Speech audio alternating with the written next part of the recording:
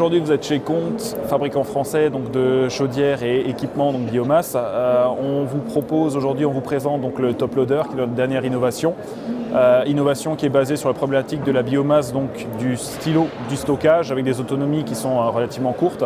Et donc aujourd'hui nous avons un système qui va permettre, sans avoir d'énormes frais de génie civil, d'aller vous proposer des silos qui sont de petite taille mais de grosse contenance. Donc aujourd'hui, la société Comte a l'exclusivité de la fabrication en France du Top Loader. Donc c'est une conception qui est faite, c'est une fabrication qui est faite dans nos ateliers en Auvergne. Donc d'un équipement qui est 100% hors sol.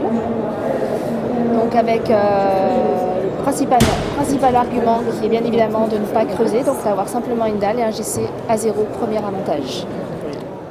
Donc le deuxième avantage de ce produit-là, donc comme tout est hors sol, on a effectivement la possibilité de faire de la maintenance ou en cas aussi de dépannage, d'avoir tous les différents éléments mécaniques et organes mécaniques sur la partie supérieure donc, du top loader.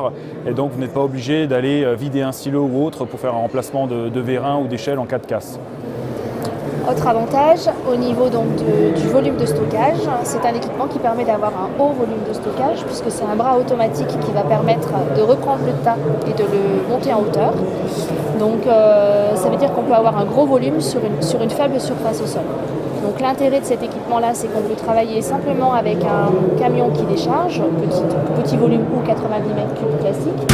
On peut aussi travailler avec éventuellement un chargeur qui reprend le tas pour aller un petit peu plus vite que le top loader en lui-même.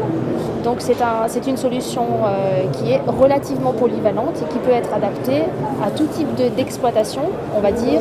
Une exploitation soit on va dire sur une logique plus collectivité, mais également une exploitation sur une logique industrielle avec l'utilisation d'un chargeur. Et donc dernier point aussi, surtout ce qu'on peut faire, on n'est pas obligé d'attendre que le silo soit quasiment vide pour pouvoir charger, car le top loader, son rôle premier est de fabriquer des tas, donc de les monter à 4 mètres de haut.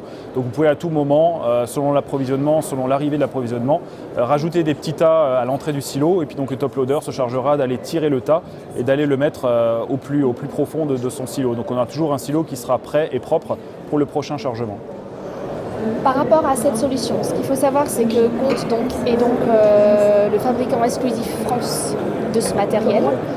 Aujourd'hui, nous avons 3 top loaders en France qui fonctionnent, ainsi qu'un top loader en Angleterre. C'est vrai que cet équipement, nous l'avons découvert effectivement sur ce pays anglophone, puisqu'ils ont véritablement, les Anglais, la culture de ne pas vouloir creuser. Donc je reviens sur l'objectif principal, qui est d'avoir une chaufferie au niveau zéro avec un silo au niveau zéro et d'avoir un bâtiment le plus simple possible pour permettre une exploitation optimale. Ce qui veut dire aussi, je rajoute un autre petit argument, un convoyage le plus court possible puisqu'on a un silo proche de la chaudière. Donc tout est positif pour une bonne exploitation de la chaudière le plus longtemps possible. Voilà, donc c'est tout simplement un système qui est optimisé au maximum pour aujourd'hui répondre à ce que l'attente de nos clients, c'est d'avoir aujourd'hui des chaufferies biomasse le plus compactes possible et surtout éviter des surcoûts dus au génie civil et autres bâtiments annexes ou autres fouilles dans le sol ou creusements divers. Voilà.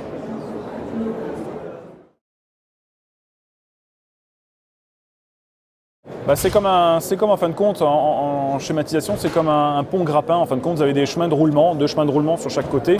Et après, vous adaptez ça selon la longueur que vous avez sur votre terrain. Donc si demain, vous avez besoin de 22 m 32, on va vous faire 22 m 32.